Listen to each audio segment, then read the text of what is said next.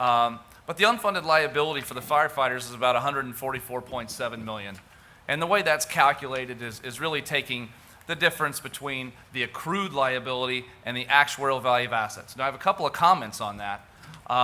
The first one is the actuarial value of assets is about $170 million, and that's the value of assets that the actuaries create as a result of this thing called smoothing, where we smooth out fluctuations in market returns and recognize them over a period of time.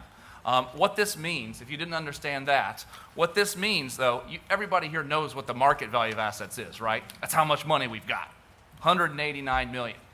Well, when we set the city's funding requirements, we use the actuarial value of assets, which is $170 million.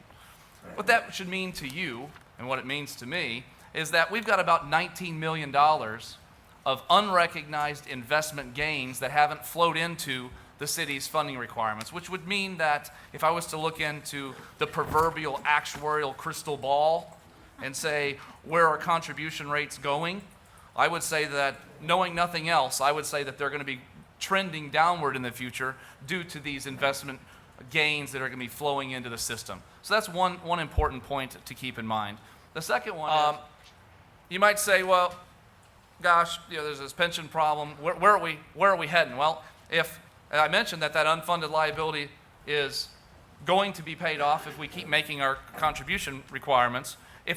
Once it's paid off in 30 years, you'll see that the total cost of this plan is about 25.4% of payroll.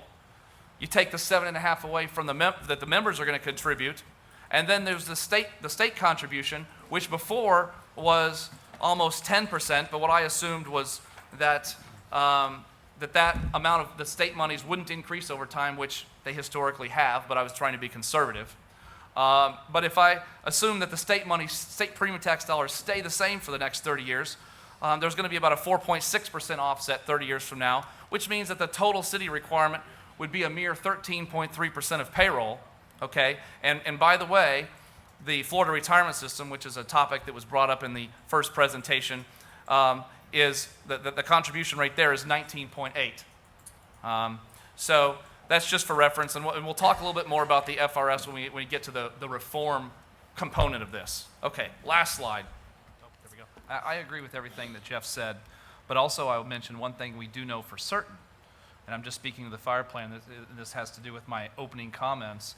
I showed that difference between the actuarial value of assets and the market value of assets, and I showed that in the fire plan, the difference is $19.1 million. And that meant, and what I said then, and I'll say it again, is that there's $19.1 million of investment gains in the program that haven't showed their face yet in the city's contribution requirements. And so, knowing nothing else, I will tell you that the funding requirements of the plan will have to go down as those flow in.